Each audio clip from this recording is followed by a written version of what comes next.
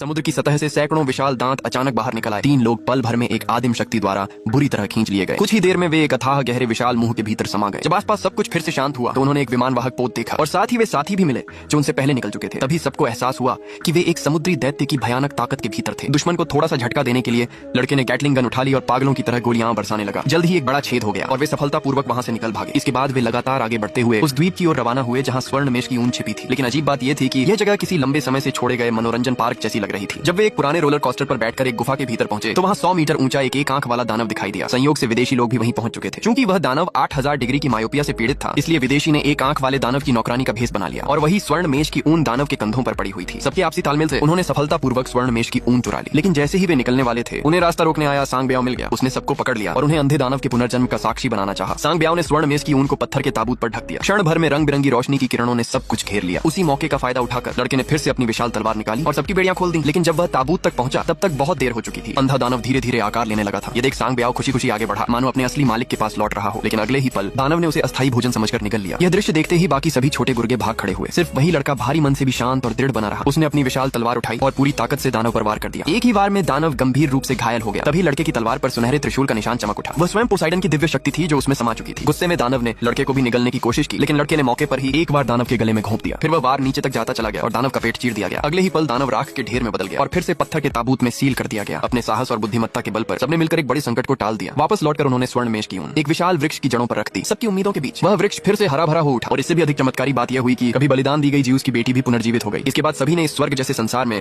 निश्चिंत और सुखी जीवन बिताना शुरू कर दिया।